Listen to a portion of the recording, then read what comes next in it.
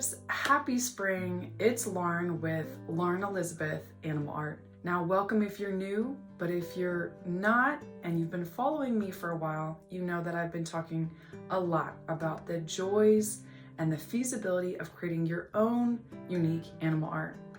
You've also probably heard me say that when creating in a very playful, exploratory, authentic way, that this is what helps to surface your own personal artist style. I just finished a series that I called Set the Tone, where I provided these sketchbook exercises that help to draw out some of these original ideas in you that connected deeply with current experiences, past experiences. I'll be sure to link this series down below, but in these videos, I encouraged you to really explore the meaning behind the images you chose, the symbols you chose, the colors you kept applying. A process of nonverbal expression that can not only increase your self-awareness, help you better understand your thought patterns, behaviors, emotions, but when combined with these raw, unfiltered emotions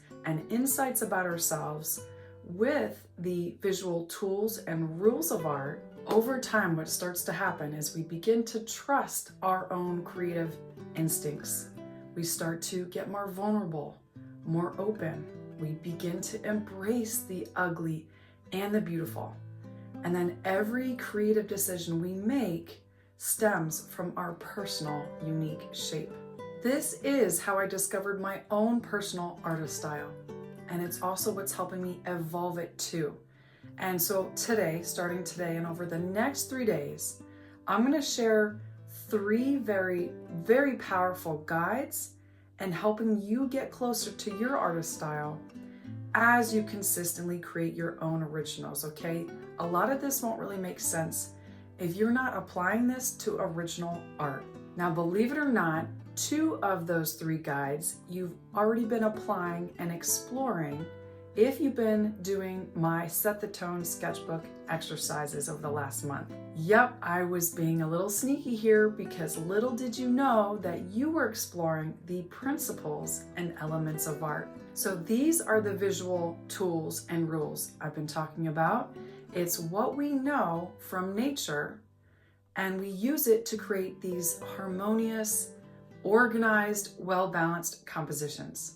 So I'll cover those in today's video, but in tomorrow's video, I'll cover the second powerful guide, and that's observation, experimentation, and reflection. These are 3 practices that are critical in unlocking your style because they provide the foundation for growth, discovery, and authenticity in your work.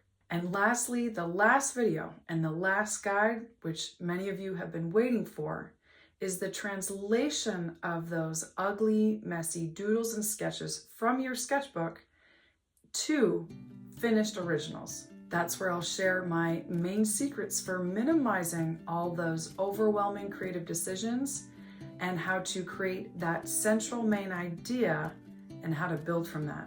So, if you don't want to miss any of these videos over the next 3 days, be sure to subscribe. So the elements and principles of art. The elements are the tools. It's the principles that are the rules. Of course, rules that can be broken, but these principles effectively help us arrange and use these tools to create impactful, cohesive originals. Now, what's important to know about using the elements and principles is that you don't need to use all of them to make this magnificent original. It's actually about using the right ones to achieve the desired effect that you're trying to get based on the theme or message you are trying to convey. So the elements of art include line, shape, space, form, texture, color, and value. Now, you likely used all of them or most of them in your sketchbook exercises. So a line is a mark that spans between 2 points. It has a width, a length, and a direction. You might have used swirling lines, straight lines, zigzag lines, Lines can be used to create shapes, another element of art that's very flat, two-dimensional, and limited to width and height. Now there can be space inside a shape, outside a shape. Space is the next element of art, and this is the area between, around, and within the other elements in a work of art. Now there's a variety of ways to create the illusion of space. I actually cover 6 of them in my original Animal Artist course and monthly challenge. I'll share 2 right now. One of those ways is overlapping. When you overlap one object in front of the other, the object that's placed in front looks closer than the object behind it. That's creating depth. Another way is altering size, making an object much larger in your piece compared to another one, which is much smaller, will appear closer than the one that's much smaller. Now, texture is a fun one, another element of art, and that's the actual feel of the surface of your artwork or how it looks like it feels. So that can be implied texture or simulated texture. Now, form, another element, refers to the 3-dimensional shapes that have length, width, and height. Now, just like space, there's a variety of different ways to create the look of form, some of which include shading, value, even texture, contour lines, linear perspective. That leads me to value. Value is a component of color, and it's how light or dark a color is, the relative lightness or darkness. And I'll save the best element for last, and that's color. Now, color is actually the visual perception of light reflected from an object, and that's characterized by its hue. Color can greatly influence how we perceive objects and spaces. Warmer colors like reds, oranges, and yellows help to push things forward. They project things, whereas cooler colors, purples, blues, greens, can help things recede into the background. Now, the principles of art, these are the guidelines that uses those tools, those elements, and they're a bit more complex.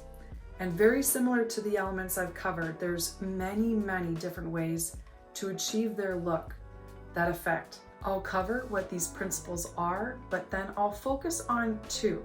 And these are likely ones that you used in your sketchbook exercises. So these principles include variety, rhythm, movement, emphasis, contrast, balance, and patterns. So the 2 I'm going to focus on are movement and contrast. So movement, this principle, is how we guide our viewer's eye around the composition, creating a sense of action or visual flow. It's like creating a visual pathway that guides the eye from one element to another. So here's how you can use the elements to create movement. You can use lines, curved lines, zigzag patterns to suggest movement. You could arrange and place different shapes to create that visual pathway. You can use colors, contrasting colors, a color gradient to create a flow. Now, the principle of contrast, in order to understand this, we have to know that our human brains seem to better understand things, make those connections when we're comparing it to another thing, as opposed to something in isolation. So the principle of contrast is when we're using visually different elements. Now, some ways just with color that we can create contrast includes dark versus light contrast, the color temperature, warm versus cool, my favorite complementary colors. So those best friend colors, I like to call it, like purple and yellow, blue and orange, green and red. Using texture, we could have smooth versus rough.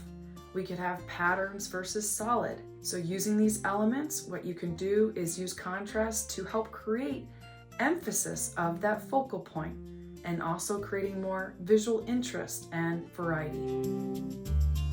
So you see, using the elements and principles and arranging and using them in the right way can help us create the mood, the tone of that original, It can help us greatly influence the feelings and emotions in our viewers. It can help us create realistic or more abstract representations of animals.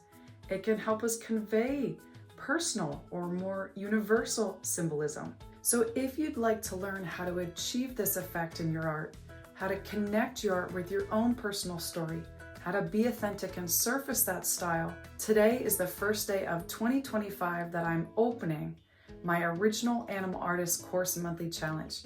I will only keep it open for 3 days. I have a link to that down below, guys, but I thank you so much for watching.